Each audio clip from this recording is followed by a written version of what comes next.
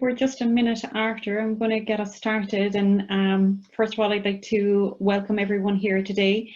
My name is Marguerite Coleman, and on behalf of IT at Cork, welcome to all our attendees and to our panel. And today we're going to be discussing the tech webinar on bringing your best self to work. We will be recording today's session. It'll be available to all of our IT at Cork members and also to the general public. Just some logistics information for everyone to be aware of. On your Zoom webinar at the bottom of your screen, you should have a Q&A button, so you will be able to submit your questions through the Q&A tab, and we'll watch for them as we go through the session, and we'll also make sure that we get around to them before we finish up. All our participants are muted, so you will be able to just use that function. There will be some polls as well that will pop up on your screens. These are optional, but would be great. We'd appreciate if you would just answer the questions on the poll. But again, no pressure to do that. The purpose of today's panel, guys, it's really to dig a little bit deeper into what it means to bring your best self to work on a daily basis, and hear from our panelists about their experience with this topic in the tech sector. So I'm going to get us started and introduce us to this fine panel that we have here today. So Margaret, do you want to give your intro? Not a problem. So my name is Margaret Deneen. I'm from Cork. I work with a company called 3 West Street. My role there is Chief Technical Officer. I spent most of my career working in Sydney, and I've been back in Ireland around 3 years. That's it.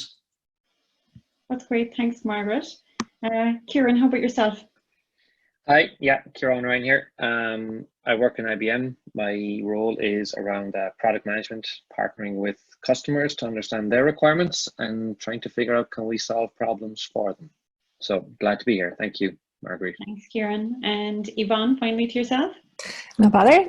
My name is Yvonne Frost. Delighted to be here today. I am the VP of Employee Experience in Poplo. So a Cork founded and headquartered technology company. There's over 260 people in the business, and I'm proud to say that I was employee number 9. So, brilliant! Thank you so much, guys.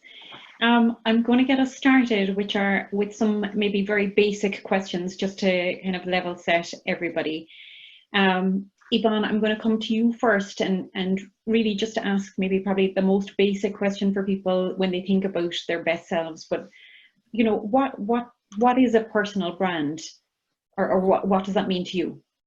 Sure. So I think in the context of the workplace, your personal brand is how you're kind of perceived by your co-workers, and what their impression is of you. So things like, you know, your credibility, your competence, your approach to work, what you're like to work with, and overall your commitment to work. I think when we use terms like, you know, personal brand, we have to be careful sometimes, because the brand part can kind of bring in connotations of, you know, like marketing, you know, the sense of marketing, where I think your personal brand needs to be a true reflection of yourself. And I think, you know, we all want to do great work and to be, you know, respected amongst our co-workers, and that's where our personal brand comes in. I would shy away from setting a personal brand that's kind of different or is a persona that isn't your true self, because I don't think that's sustainable. But I think a personal brand is a good place to start, you know, in the workplace, and understanding what you bring and what value you bring. Thanks, Yvonne. And maybe a follow-up question related to that is, you know, look, in the current climate, more and more of us are working remotely or virtually. So, you know, when we're not face-to-face with people and meeting them every day, how does someone bring their personal brand to life in a virtual environment? Yeah, I think that's a really interesting question. And I think, you know, first of all, before you bring your personal brand, you need to understand what that is. So, you know, what what value do you bring? You know, what value do you bring to the business that the business needs? And I second, the second piece is, you know, if you're going to bring the best version of you to work, you need to understand what that is, you know, what you're passionate about, what gives you energy. And that's your starting point. Now that might seem quite straightforward, but that changes over time. I mean, you know, if I look at what I was doing in my career in my 20s, you know, I was a single contributor. I was actually a designer at the time, and you know, what I was great at, what value I brought, what interested me, what I wanted to get out of my role in my job has changed quite a bit. You know, now I'm in my early 40s, and so I think being a little bit of a detective and understanding what you bring, what interests you, and what value you bring is something that's an ongoing journey, and that's where I think things like coaching can really help to help you understand, you know, what you want from your career, what you can bring, and what excites you. Then the second part of your question, when we're now thrown into this virtual world, and there are you know, specific challenges to bringing that true self to work. Things that I look for, we can still continue to do great work, to take pride in our work, and at a practical, tactical level, planning out our week, making our calendars and our meeting schedule work for us so we can achieve our goals and really do great work. Because at the end of the day, when we talk about personal brand, the most important thing is your work should speak for itself, and you should, at the end of the day, be really proud of what you've achieved. So setting yourself up to succeed. The second thing, which is around, it's not just what you do, it's how you do it. You need to bring people along with you. You need to work within that team environment to communicate effectively, to make sure everyone understands why the projects and the initiatives that you're working on are so important, so that they can respect and understand your contribution. And I think something that's specifically important now that we're working remotely is to bring your energy and positivity to every meeting, arriving on time, showing up, but having that can-do attitude. And one of the risks when we're working remotely or in this virtual world is that we can get burnt out. If you're doing long days, if you're not addressing that work-life balance, you surely can't bring your energy to work, and that will impact on how you interact with others, how you're seen by others.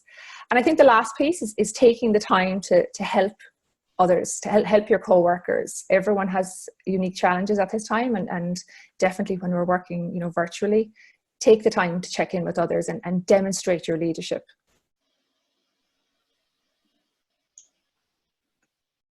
Thanks so much. Kieran, were you going to jump in? You look like you're getting close to that camera. Yeah, I was going to kind of add into that. Sorry, Marguerite. Yvonne, I completely agree, right? I think when people see us in our day-to-day bringing our authentic self, right, it just gives them then the freedom to express themselves as well. So for example, kind of just showing that authenticity about, right, we're focused on execution, we have some challenges, communicating what those challenges are, asking for help, especially in this virtual world, right? And being able to do that, reach out and empowering people to feel like that they can reach out. And I think one of the big things is that we can't do it all on our own. And before, let's say that there would be literally just a tap on the person's shoulder next to you, or saying, can you come over here and help me with this? But now it's like, it takes a little bit more effort.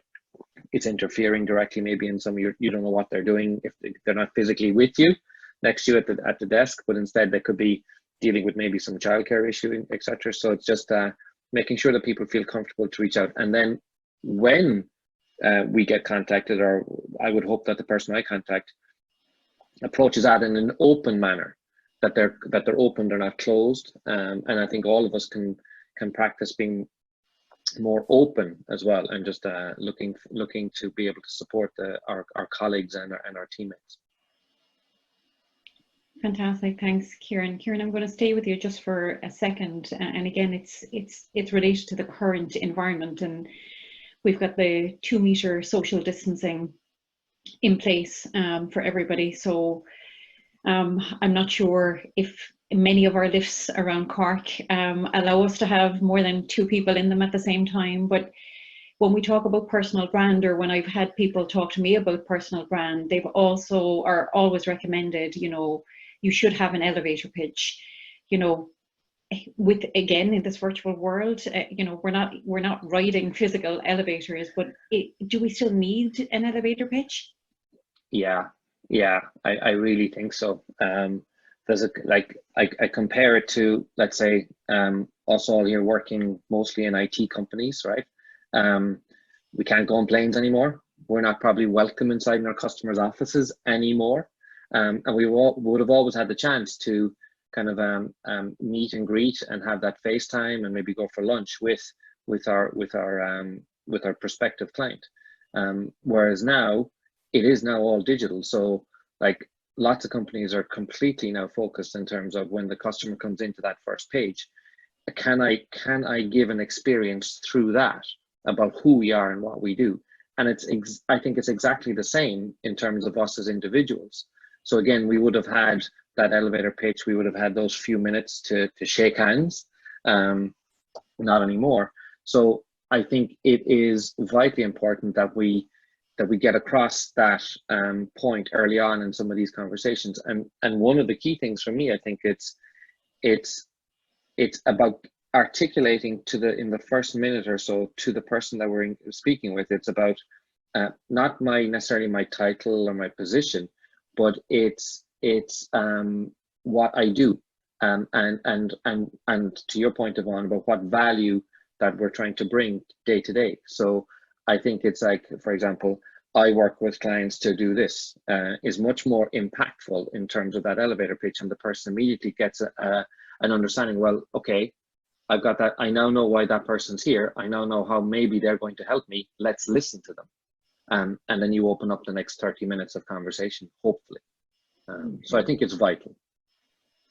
Margaret, I'm going to pull you in just on a follow-up related to elevator pitches, but you know, because we're not doing that face-to-face meet anymore, and some people may find it more difficult to establish a connection, you know, virtually or over a digital forum. Has the elevator pitch, in terms of what should be in it, has that changed, or can you give our attendees, you know, 2 to 3 things that they should have in there, you know, just a few tips and tricks and takeaways for what constitutes now a good elevator pitch? Okay, so my perspective on this is basically elevator pitches that we had post-COVID, tear them up and throw them away. I honestly don't think they make sense anymore. I think ultimately what we want to do is make a connection with a human being, even though we're socially distant. We want to convey to them that we are here to solve a problem for them. We're here to solve something for them that is really important to them now. And I say that because everybody's under so much stress and still adapting, that if it's not really important to them now, then they're not going to do it. I think the person that we're speaking to, whether it's, you know, written communication, whether it's Zoom or whatever, they have got to be front and center for us. I think I think we need to make 100% sure that we're speaking in their language, that we convey empathy, that we need to go out of our way to try and establish trust, for them to be able to have confidence in us, and to set up partnership. You know, we are in this together. And I think all of that needs to go into our elevator pitch. And obviously all of this has to be based on honesty. And I think as well, given that, you know, there is uncertainty, we're all operating, you know, forget a 5-year plan at this stage. If we're working in an organization that can see beyond the next quarter, then we're really, really lucky. because things are changing. So I think having an elevator pitch that perhaps reflects immediacy and a time frame, and how are we going to work together? How quickly is a prospective client going to see a result? I think that's all really, really important. And I guess underpinning all of this would be, do we understand our purpose? And I think that links back to our personal brand. If we have a very clear purpose in our minds as to what we're hoping to achieve and why we are, then that can drive the elevator pitch. It can drive the connection. It can really help us to solve problems for our customer. I think the honesty, Margaret, I completely, what you said about honesty there is essential, right? And I think from our IT and engineering teams and backgrounds, we always have that honesty chip maybe turned up right up full, up at 100%, which is exactly the right thing to do in these times. Because as you said, the customer has maybe got 4 different people to speak to, and we need to get them to trust us immediately and say, this is what we can do, this is what we cannot do, and just be very straight up front, and then we qualify appropriately then from there. So yeah, completely agree with you, Margaret. I think picking up on maybe some of the theme of that, so I think everything that you spoke about, Margaret, was very much behaviors or traits that a person might have. So maybe softer type skills rather than a deep set of technical skills that you would rattle off in an elevator pitch. So Yvonne, as someone is really thinking about what they should put in, can you, and maybe not just into their elevator pitch, but like what do people need to do if they're thinking about their next step or their professional development? Can you touch on maybe some of the softer skills that people would need to build on? Sure. I think when we're talking about professional development, we need to think about the new world, the context that we're going to be working within. We've been kind of thrown into this new environment, and I suppose if any economist will say we're going to be stepping into a global recession. So in that context, the companies that are the most innovative and smart in their products, in their approach to work, and the speed at which they can adapt to this situation are the ones that are going to really thrive. And that puts that idea of diversity and diversity of thought, diversity of approach, but in an environment where all of the voices are heard. And it's actually been proven that diverse teams, outperform other teams in regards to innovation and creativity.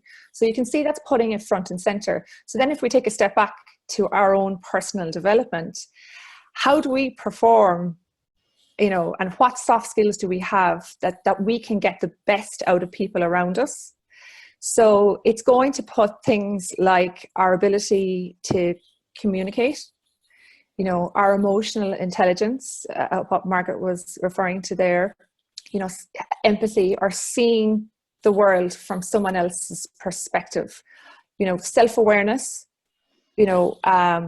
understanding our style of communication, or how we absorb information, or how we behave impacts other people. That's all self-awareness.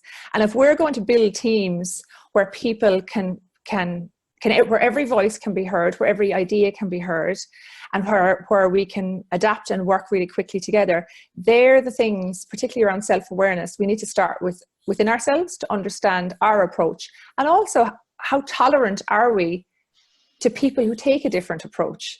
And you'll see a lot of, whether it's any conflict situation, usually it comes out of people assuming that everyone thinks the same way as them, or that they work the same way, or that their communication style is meeting the needs of people around them, or that everyone gets the why around a project or initiative.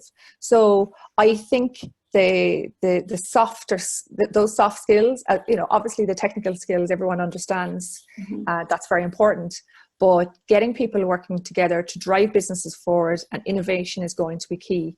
So I think that would be a great starting point, as well as, you know, leadership skills.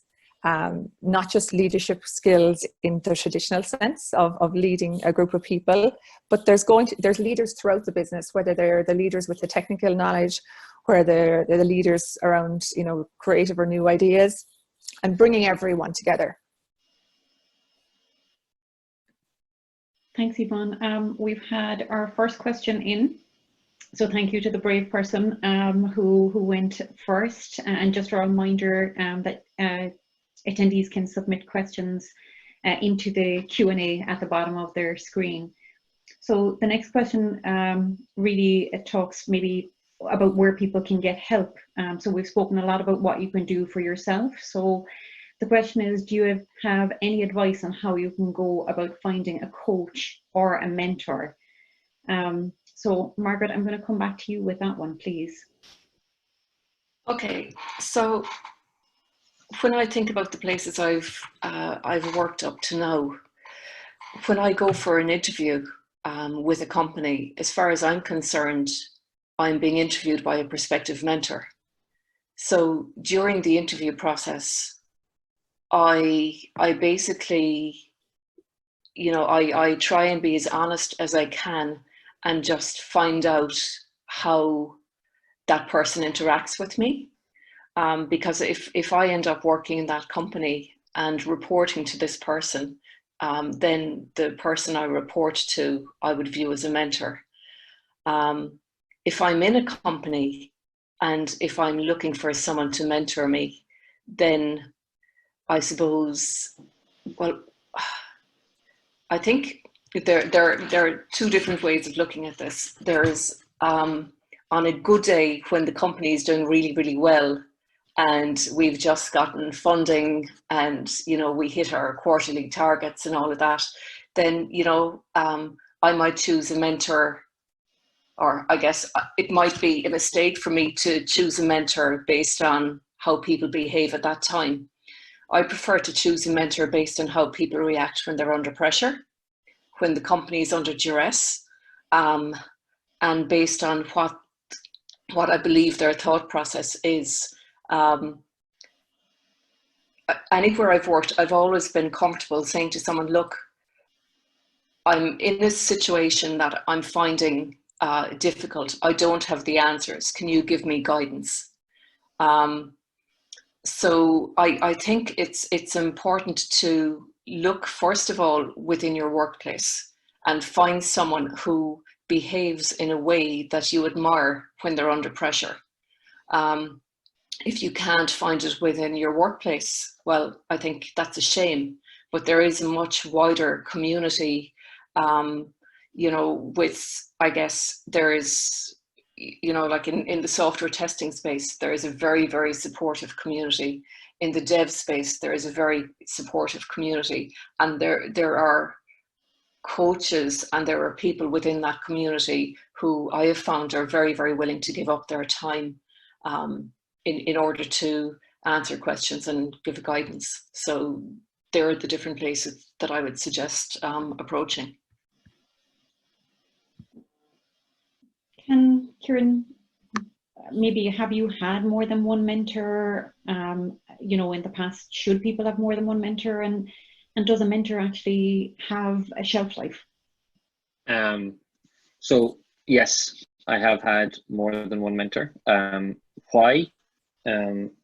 To give me as many inputs as possible, to have a diversity of thought, so that I can learn from.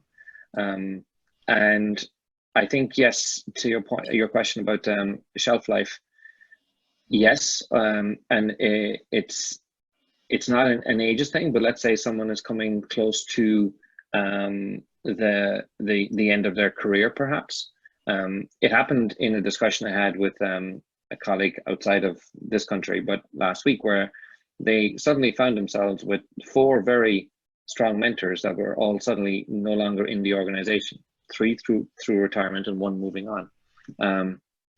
And so I think we do need to monitor who our mentors are. And I think, to Margaret's point, right, is that there will be people then who will be coming close maybe to retirement, and they won't be interested in taking on some of those heavy tasks, those stressful transformational tasks, someone who's trying to transform the business.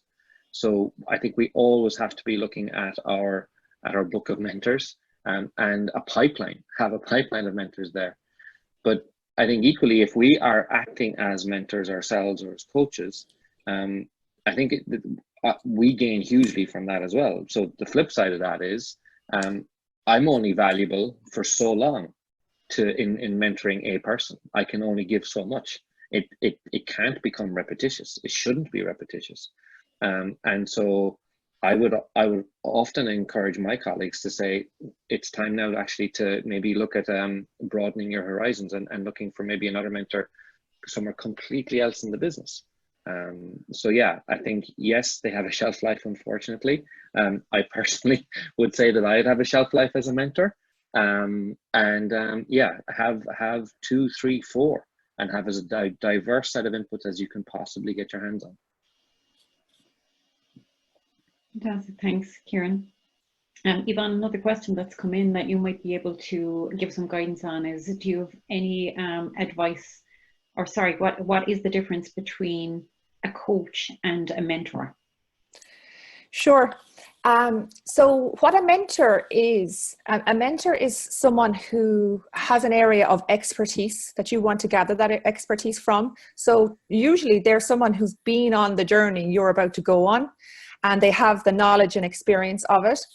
And what a mentor will do is they'll actually kind of direct you or give you advice or tell you exactly what to do. So for example, if you just stepped in as a team lead for a software development team, you know, you find yourself maybe a software development manager or a team lead who is well experienced, and that you would sit with them and you can talk through the issues and the challenges that you're facing, and they'll say, oh, I've done that before, let me tell you what I did. This is what you should do.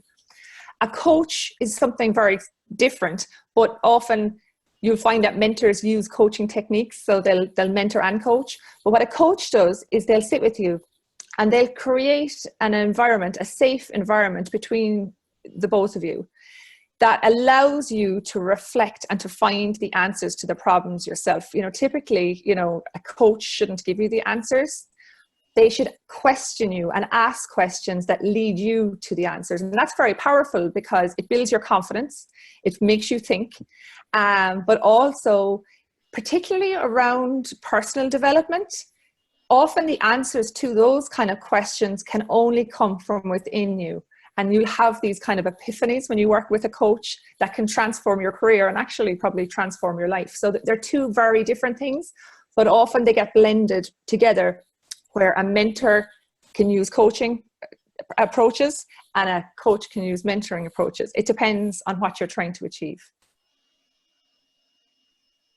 Great. I think I'm going to pick up just on the word safe that you use there, and just talk a little bit about this concept of being your authentic self, or bringing, you know, your whole self to work. Margaret, would you be able to just maybe talk through what that means to you, bringing your whole or your authentic self to the office? Okay, so right, so your whole self. So there's me, an engineer. There's me, a mother. There's me, a sister. There's me, a wife, and there's me. And I have all these multiple personalities. And I guess if I'm to bring my whole self to work, I think this concept was coined around, I suppose, around 30 years ago. And it was really around employee engagement and, you know, having someone engaged at work as opposed to watching the clock the entire time. For someone to feel that they're contributing to success, they understand where they sit in the organization, they understand their purpose, they understand that they feel that they're adding value. And they have both the tools and the, I suppose, psychological support or psychological safety in which they can work. So you know, basically rather than being seen as an employee, we're seen as a person. We feel comfortable, you know, bringing our home life to work. And to do that, especially if you're starting in an organization, it's scary, and it takes trust. So if we go into a workplace and if we don't feel safe, then we probably won't be comfortable, you know, showing, I guess, our vulnerabilities to the people we work with. I think it's actually very difficult for an organization to do this and to do it well, because, you know, studies have shown that if people are engaged, they're more productive and they're happier and all of that. But at the same time, you get one chance to get it right, because if your organization's brand is based on things like providing a psychologically safe environment, if you're relying on employee engagement, then you have to maintain that story, and you have to be true to it, even when times are hard. So if you basically, you know, like, it's very easy to have all these things in place if you're in an organization that's making money and you've got clarity as to what's happening 6 or 12 months into the future. But I think there is a challenge for us now in remaining true to that, because if we let our employees down now, then they're not going to trust us again. And I think the outcome of that will be that we will turn our employees into clock watchers, and they won't be prepared to share, to invest the diversity of their opinions into our organizations. So that's, you know, kind of your whole self to work. In terms of your authentic self, I think that's more about being able to show that, look, I am being genuine. I am okay with showing my vulnerability. I'm a servant leader as opposed to a manager or a boss. And you know what? Sometimes it's about being okay to admit, look, I don't know what I'm doing. I'm asking all my team for input, because through that diversity of opinion, I know that we are going to get a better outcome or a solution to a particular problem. So I think both of those things are very, very important. I would see them as being slightly different. But you know what, it is actually very, very difficult to have those in place in the workplace. Thanks, Margaret. Maybe a follow-on question, and it's one that we have from the attendees, you know, and it's similar to some of the things that we've discussed already, which is that, look, definitely people might have barriers that prevent themselves from bringing their true selves to work. But Yvonne, maybe if I could ask you how, and this is the question from the attendee, how would you approach a boss who's not keen on diversity and events around this to show any value add? So whenever I want to change someone's mindset, I think it's always really helpful to come with the data. And there is a lot of research and really interesting articles around diversity and the benefits of it, and diversity of thought.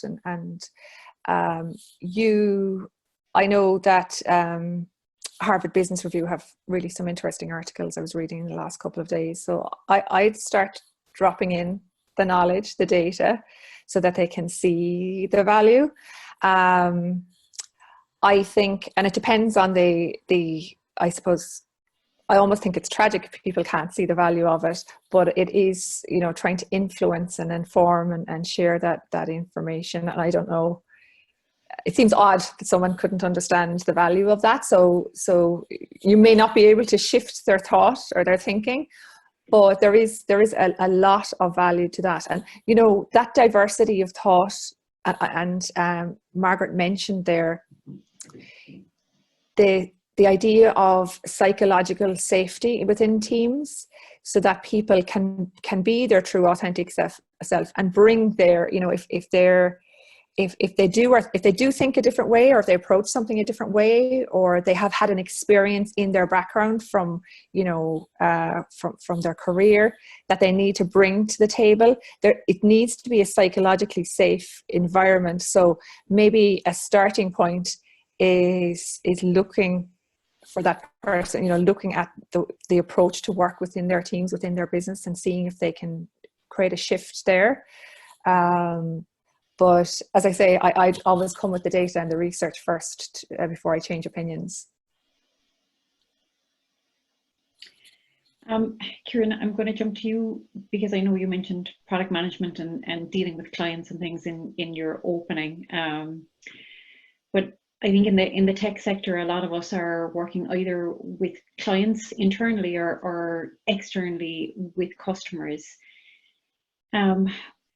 What advice or kind of, you know, tips and tricks can you give to the attendees here on when you are dealing with either a client situation or a customer situation, some, you know, basic advice on how you can act authentically?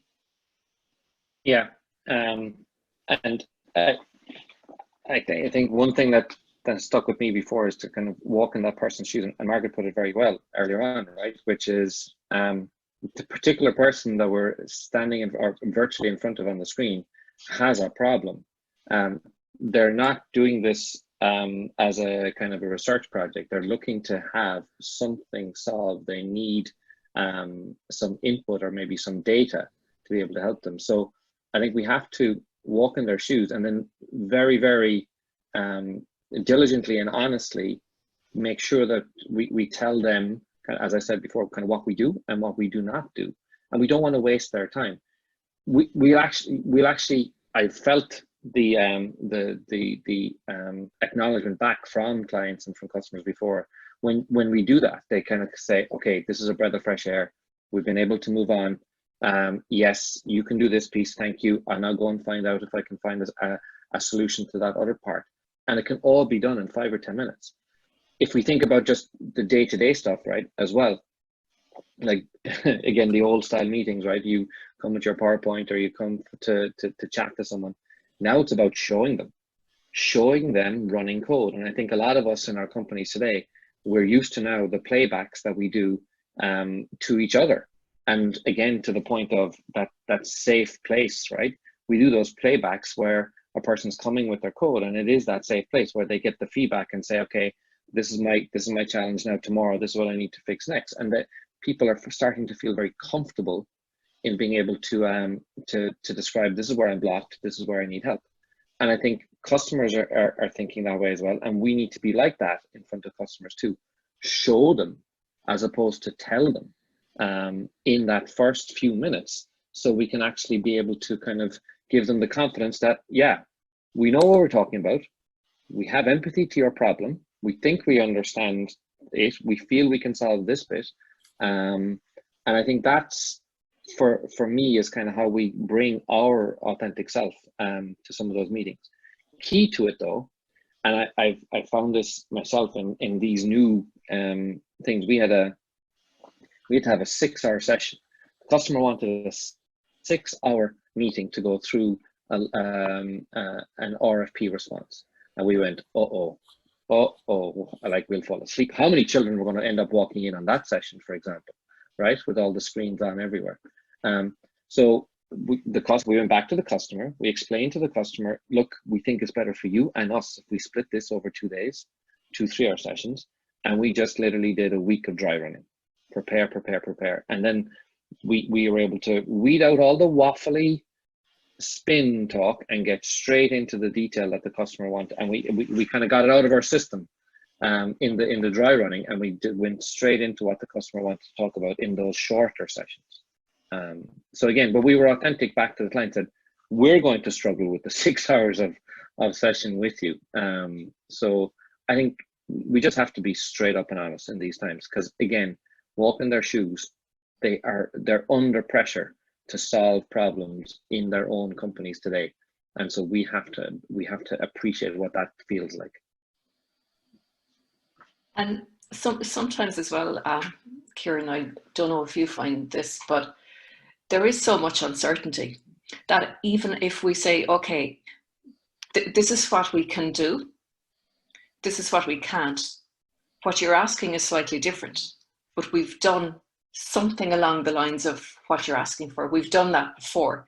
So, you know, we are still okay to go through this period of uncertainty together. You know, we're okay to experiment. We're okay to try stuff out. But I think sometimes in actually openly talking about uncertainty, there is an awful lot of value in that. And people, I think people really respect the honesty and the authenticity that's around that. And sometimes, yeah, you end up learning together. You know, you might not be selling a boxed product, but you know, you still start to develop a partnership with someone. You're solving problems in that gray area, in between the binary, what's right and what's wrong. So yeah. Brilliant, thanks, Kieran. Maybe another question, and Margaret, I think I'm going to touch on the uncertainty and how it might, a person might need to be brave to speak up in a customer situation, you know, especially if they're dealing in the grey and not black and white. But we know that, you know, look, celebrities sometimes will use like an alter ego or a work persona. I know that some of us on this call would certainly have a work persona that's slightly different to who we are in other situations. Isn't there a conflict then between almost your work persona and your authentic self? Okay, so I don't think there is conflict. You know, so yes, there are certain celebrities and they've used personas. And so I think two that were mentioned were Kobe Bryant and Beyonce.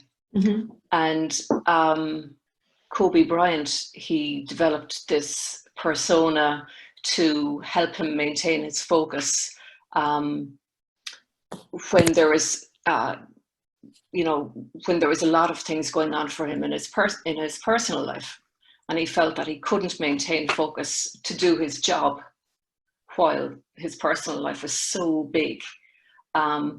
Beyonce, she developed a persona which apparently recently she said she'd killed because she didn't need it anymore. But she had this persona to give her courage to actually perform on stage. I think, so if we go into an organization or we're in front of a customer or whatever, we don't know them. We can't, you know, yes, we want to build up trust, but it's not press a button, everybody trusts everybody else. Now, there are things we can do in order to accelerate that. But, you know, I think to some extent we react to the environment we're in and we change our behavior based on the environment we're in. You know, for example, if I was driving through the city and minding my own business, happy enough driving in a lane, and then someone swerved in and cut me off, you know, I might be a little bit upset, we'll say, with that. And I might even get out of the car and, you know, start shouting. And then let's say the person who had cut me off turned out to be a really attractive person. I would change my behavior. You know, I mightn't say what I was going to say 5 minutes prior, but I might behave in a slightly different way, and I'd be reacting to that particular situation. I think similarly, if we go into a meeting and if we feel that everybody on the Zoom call is being very, very aggressive, I think we dig into our aggressive persona and we probably react based on what we're experiencing in the meeting. I think, you know, that is just human beings. I think, look, ultimately, we need to get a job done. I think honesty is exceptionally important. I think customers will always respect honesty, and if our belief system and our organization's belief system are at such odds, then we probably shouldn't be working there in the first place. And like, one thing regarding personas that actually worries me a little bit is, let's say we have a work persona. Let's say we have, you know, let's say that we work in a very, very aggressive environment. So in order to cope with that, we're just as aggressive back to the people we work with. Now, up until now, you know, there was commute time to and from the office, and that commute time could be used to reset or to recharge, so that when we go home, the aggression and all of that is left at work. Whereas now we've got the persona that's in front of Zoom in our home, and, you know, we're still interacting with family and all of that. And I think that could potentially be very, very dangerous. So, you know, I think we're better off trying to maintain honesty, and just, you know, you mentioned self-awareness. I think it's really, really, really important, because there's a time and a place for a persona, but if that persona is really, if we're doing it out of necessity, and if it's at odds with our true inner self, then I think that can't be good for us long term. Yeah, I think, sorry, go ahead, Yvonne, go ahead. Yeah, just when we're talking about personas, there's a coach, his name's Jamil Qureshi, and he works with some of the top, I think something like 24 or 5 of the top athletes in the world. And his approach, which is something that I've taken, which is related to persona, but just thinking of it slightly a different way. So if you, for example, if you want to progress to be a senior manager, okay, that he terms, you know, coins the phrase, act as if. Okay, so what would that senior manager, what would be their approach? How would they conduct themselves in meetings? So you're starting to step into that role already. You know, how do they communicate? How do they dress? And Jamil talks about, and actually there's lots of online videos, he talks about, you know, taking that approach not only for individuals but for companies. You know, so a company at this stage needs to project itself to a certain way to their customers. So act as if you're already there, and everything else will come into play. So it's a little bit of a play on that persona for you, but it's something that I think it's just a slightly different way, so that you're still your authentic self, but your authentic self further along in your career or further along in your progression. Fantastic. Kieran, were you going to jump in as well? Yeah, and I'm trying to stitch that then together. There's a good question in there. If I could just read it out quickly from anonymous attendee. Thank you, anonymous attendee. It's how can we figure out what areas of our brand may need work or to be improved? So it's kind of linking to the authenticity, and then we might or probably are blind to our own shortcomings. I think as we develop, right, it has to be about feedback. So first of all, that person is very self-aware, right, that there's possibly areas in the brand that need to be improved in our personal selves.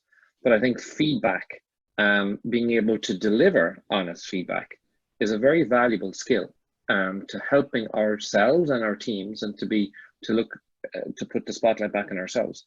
And I think our colleagues will trust us more when we give that good feedback, and then we come along and say, well, actually, that could have been done differently, that etc. The maybe the more challenging feedback, not to say negative, but the more challenging feedback to the person to help them develop and fill some of those gaps. And as you said, Yvonne, I think I like that idea. I'll use that to say to my colleagues, okay, think as if that the scenario that you would like to be in, act as if. So I think the ability to deliver, receive feedback of all types is going to be critical. And if you are unsure, if anyone on the call is unsure about where there might be gaps are, go and ask and challenge the person that you're asking for the feedback for. No, that's too weak. No, you're not being honest enough. No, I need you to be really honest with me. And make sure you push them to feel that they can give it, that you're comfortable to receive it. That's very important, I think. Thanks, Kieran. Guys, we've got 10 minutes to go, so I'm going to move to some of the questions that have been coming in from the attendees, and I've got a couple in the chat window as well. So I've got one on what advice you'd give to someone who's looking to change job titles or change careers, maybe moving from more of a customer service role into a different field like HR. Yvonne, you're smiling at that one, so I'm going to jump to you. That's all right, because that's the journey that I've made in my career. So that person, tell them they can reach out to me on LinkedIn and I can give them some tips. But I think it's trying to look at what skills you're going to bring to that new role. And for me, customer service, it's all about people and all about customer experience. And HR, it should be all about people and all about their experience. So there's a lot you can carry across, and then seeing the gaps. What's missing? You probably need to upskill on employment law and the tactics of HR, but almost mapping that out and then giving a timeline of how you can make those steps in your development and moving across. But I'm happy to have a chat with that person if they'd like to reach out to me directly. Fantastic, thanks, Yvonne. I've got one in the chat window and one in the Q&A, both related to mentors. So Kieran, I'm going to ask you to take both of these and see, so are you currently mentors, and how did you go about getting a new mentor in a different company? And a follow-on from the chat is when you're starting out in a relationship with a new mentor, what in your experience are the best questions or topics to work with them on? Okay, interesting. So and I must do this, I've never actually went about getting a mentor in a different company, but I think we all have friends and family, and I think we should use that network.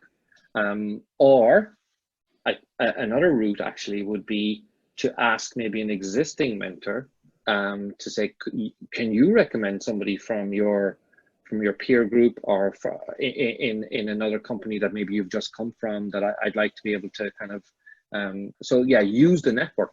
I think that's the best way, and use people in your own company or use friends and family. When starting out, great question. As a mentor, I think we want to let that person speak, and you want to inquire from that person, what interests you, what motivates you, what excites you, what are you passionate about, what causes you to be in a state of flow that literally 2 hours go by, and how can we then as an organization be able to find that scenario, find that situation for you. I think as a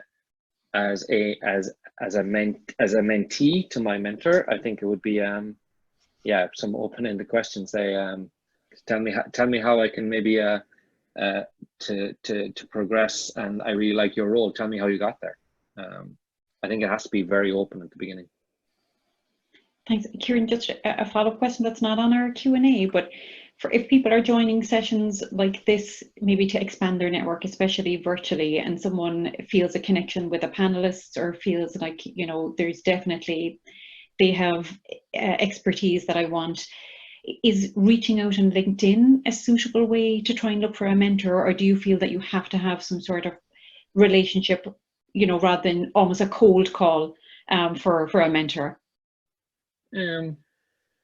No, I think a cold call would be fine. I think the context would help in the LinkedIn said, oh, well, I heard you here, or yeah. So I think I don't see an issue with that. I think it shows someone is anxious to learn more, and is wanting to progress and is executing on it, right? Is doing something about it. So that's a positive.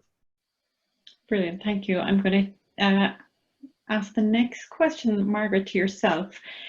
I know you've been involved in startups as well, so I think you'd be a great person to answer. So what do you think companies can do to ensure diversity in the technology sector, and what would be your top tip? That's interesting. So, you see, I think that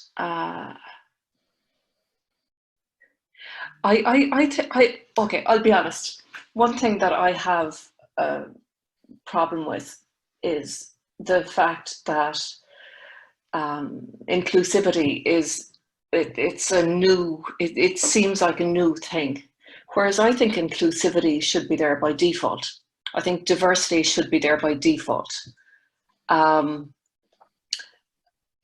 Look, and I guess my background, when I went to CIT, and when I graduated a long time ago from CIT with a degree in computer applications, there were 8 females and 4 males who graduated. So to me, that was just how it was. And I guess it really surprises me that somewhere since then, numbers have changed. You know, my own nephew is in CIT at the moment, and you know, literally it's 90+% male and very few females. So I don't know how this imbalance has occurred. As a startup, you know what, I would say you have to be inclusive by default.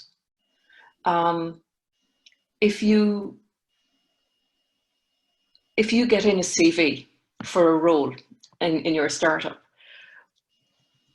I guess what I found in Australia was it's a huge country. Nobody had ever heard of CIT.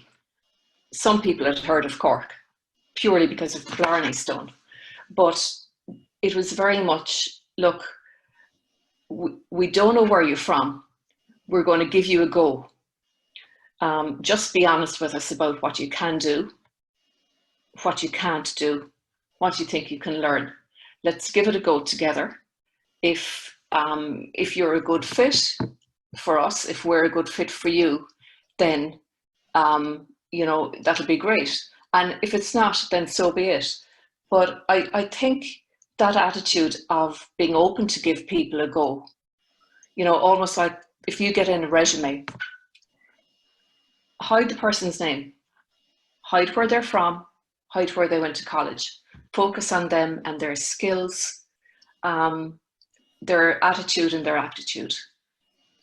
And to me, I think that will give you diversity. But a problem that I see is I'm not seeing the number of CVs coming in from, you know, from a diverse group of people.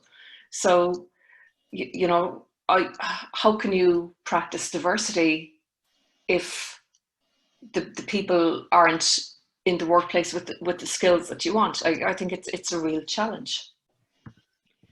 I definitely think, Margaret, food for thought, and unfortunately we are out of time. To think I was worried when I was kicking this off that I wouldn't have enough questions, or that we wouldn't have enough questions coming in. So we don't even really have time for final thoughts from our panel, but I would just like to give a sincere thank you to the panel for their time, for all the prep you put in during the week, and for those great responses to all the questions we've had in, to all of the attendees who've been able to join us and stick with us for the hour today, to IT at Cork for organising, and particularly to the Diversity in Tech Working Group. It certainly sounds like there is another webinar in the diversity and inclusion topic. So thanks so much to everybody for joining. Appreciate your time. Take care. Bye, guys. Thanks. Bye-bye. Bye. Thank you. Bye. Bye.